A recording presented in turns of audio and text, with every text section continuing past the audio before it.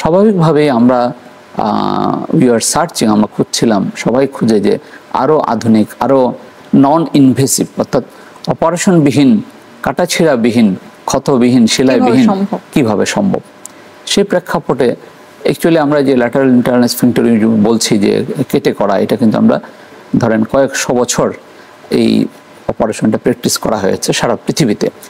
তো এখন সর্বাধুনিক সেই প্রেক্ষাপটে কাটা ছিঁড়া ছাড়া, ক্ষত ছাড়া, সেলাই ছাড়া যে জিনিসটা আমরা এখন পেয়েছি বা আবিষ্কার করা হয়েছে বা আমরা রোগীদেরকে উপহার দিতে পারছি, সেটা হচ্ছে লেজার চিকিৎসা, অর্থাৎ অ্যানাল ফিশারের লেজার চিকিৎসা।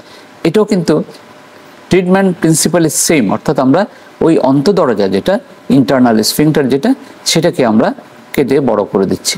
কিন্তু এই কাটাটা আমরা কোনো কাটাকাটি করে করছি না, আমরা লেজারের একটা প্রোব আছে, একটা নিডেলের মতো একটা জিনিস আছে, একটা সেই নিডেলটা ওই স্ফিংক্টার বরাবর ঢুকিয়ে আমরা একটা নির্দিষ্ট পরিমাণের এনার্জি দিই, মানে লেজার দিই।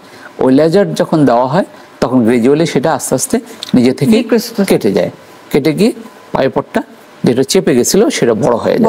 তো স্বাভাবিকভাবেই এখানে একটা নিডেলের একটা ফুটা ছাড়া আর কিছুই থাকে না, ওই ফুটা দিয়ে আমরা জাস্ট ঢুকিয়ে আমরা করে ইয়েটা করে দিই। সো এটি একেবারেই কাটা ছিঁড়া ছাড়া, ক্ষত ছাড়া এবং সেলাইবিহীন অপারেশন।